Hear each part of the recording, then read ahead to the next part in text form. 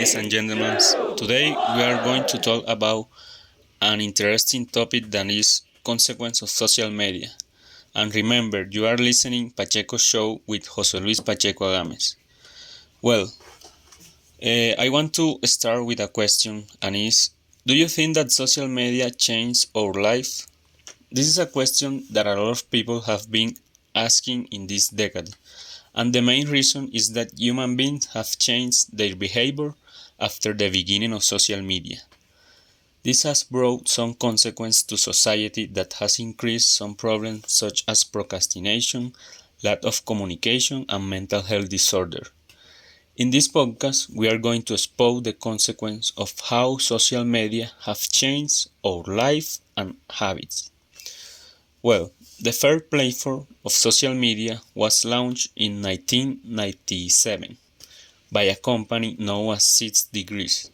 It was created with the desire of connecting people with each other as a way of feel closer to their relatives and loved ones. Nevertheless, 2 decades after, users have been changing its real purpose, and nowadays people are having some mistakes of how they are using social media and other devices. One of the consequences of social media is procrastination. Elizabeth Ifeoma from IJARPED, that is the International Journal of Academic Research in Progressive Education and Development, expressed that social media addiction has a correlate of academic procrastination and achievement among undergraduates. This is a clear example of what is happening.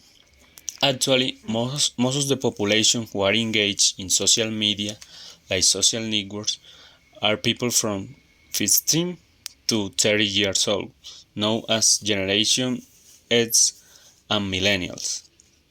It is a social conduct that has impacted teenagers and young people because they don't know how to manage social media, and it is reflects on uncompleted tasks without perpetually postponed. For that, they are not being able to accomplish some of their goals and whether at work or at university. Well, another consequence of social media is the way how we are communicating with each other. Before, people used to visit their relatives, feel human warmth, and spend time with their loved ones. Nowadays, people prefer to be in contact through a device like a cell phone or a computer. For example, with the beginning of social networks, people feel more comfortable keeping in touch through WhatsApp, Twitter, Facebook, or another kind of social media website. This is a serious problem that has affected most of the young generation and increased the addiction to social networks. As a result of the above statements, I consider that this problem have increased mental health illnesses, such as social anxiety disorder and social inhibition. At the present time, people have more difficulty creating unfeigned relationships, and this is because they spend more time on their cell phones and devices and do not have real contact with human beings. So it has increased some social disorders like feeling fear to talk with unknown people, as well as feeling anxiety to interact with each other. In fact, some people do not like to have eye contact or argument colors on their phones because they feel disgust and anxious in that kind of situation.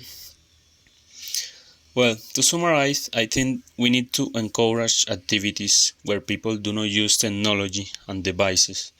I think that we must develop other ways of entertainment and go back to the past to learn how was the true communication between one and all. Humanity should be concerned about the enigma that they are creating, which will involve the next generation. And I think that if people do not have conscious of it, we will be in a terrible problem in both as academic field as well as human well-being. So, listeners, it was the ending of the show.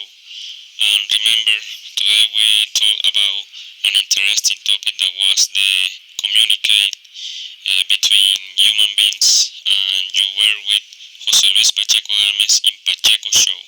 If you want to hear more podcasts like this, you must subscribe to my channel on Spotify. Bye bye.